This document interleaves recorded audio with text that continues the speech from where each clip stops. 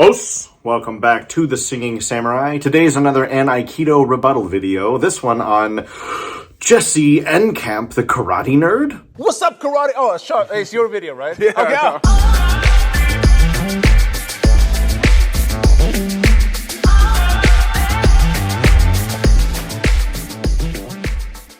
Some of you might be asking, why Jesse? Has he really said a lot of bad things about Aikido?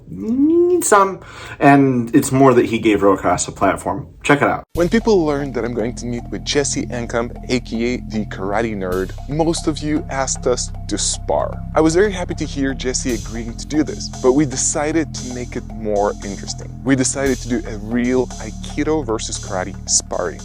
Let me start off by saying, though, that I really like Jesse. I really like his videos. I like his content.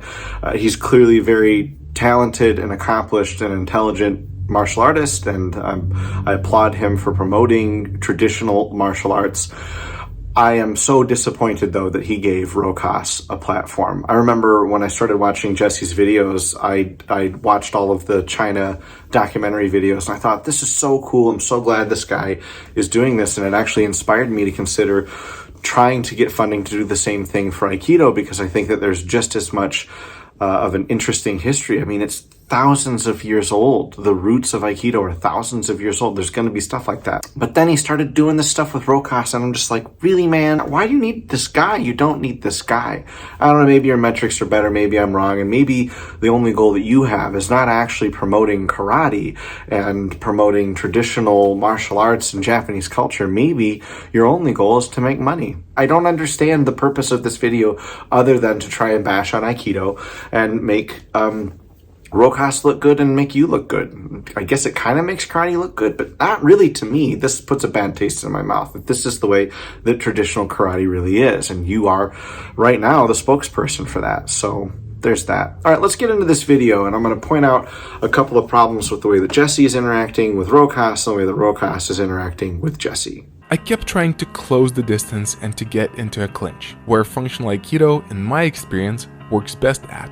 But every time I tried it, Jesse masterfully moved out of my range. Meanwhile, he was chipping me away with punches and various kicks. I did my best to block his attacks and to time an opportunity.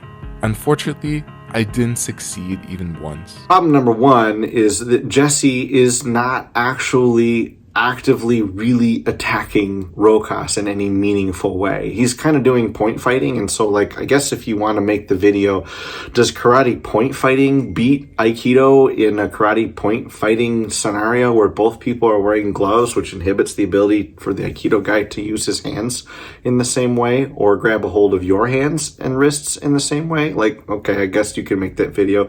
It's not nearly as interesting and clickbaity as the one that you made, though, right? So there's that. But then the other thing is, where's the Aikido? This is supposed to be karate versus Aikido, right? Where's the Aikido? I see no Aikido. There's no Aikido in this. There's no Aikido in this because Rokas is bad at Aikido, as he has admitted. But there's also no Aikido in this because there's no Aikido. There's no pivots. Where are the pivots? Number one, they're talking about closing the distance. There were no pivots. If Rokas knew good Aikido, he would be implementing pivots and timing and distance. And then you guys have this conversation after that about distance and timing and blah, blah, blah. So, what did you notice? Distancing is really important. Want to be able to grab me, you need to get close, and that's a struggle. I was even aiming for going to, catch you. Yeah. Going to a clinch area. Yeah. But you're so good at keeping the distance. Like, as soon as I come here and I try to go for the clinch, you're already away. And the second sparring match was, the close quarters thing, and they're saying, well, maybe it's because there's too much space here. I then considered that if we would have limited space, it would potentially change the dynamics of the sparring. Unfortunately, we didn't have any soft walls to work with. Instead, we placed some focus mitts to mark our limited area of sparring. Round 2, fight!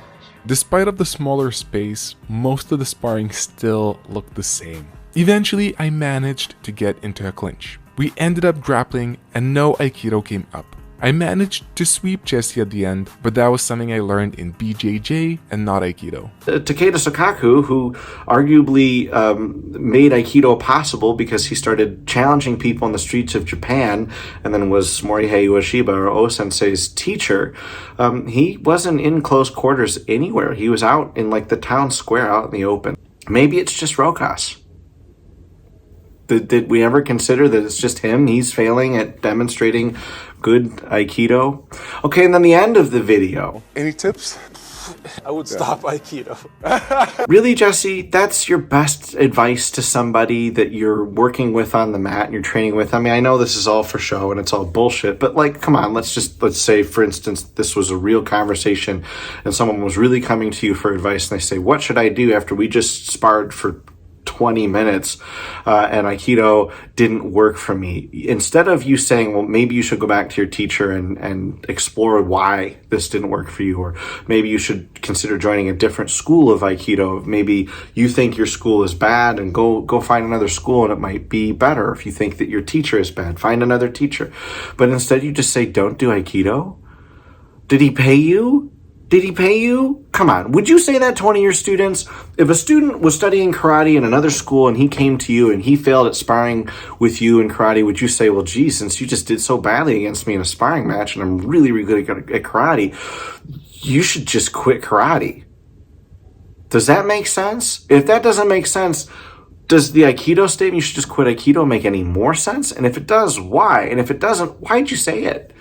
So that's a brief rebuttal on Jesse Enkamp and dumb things that he said and / done when it comes to Aikido, namely platforming Rokas. Get back to your roots, dude. You were so much cooler and so much better when you were just being positive about karate. I would watch that all day long and I would promote that all day long. But this crap, I mean, come on. You're better than this. Os!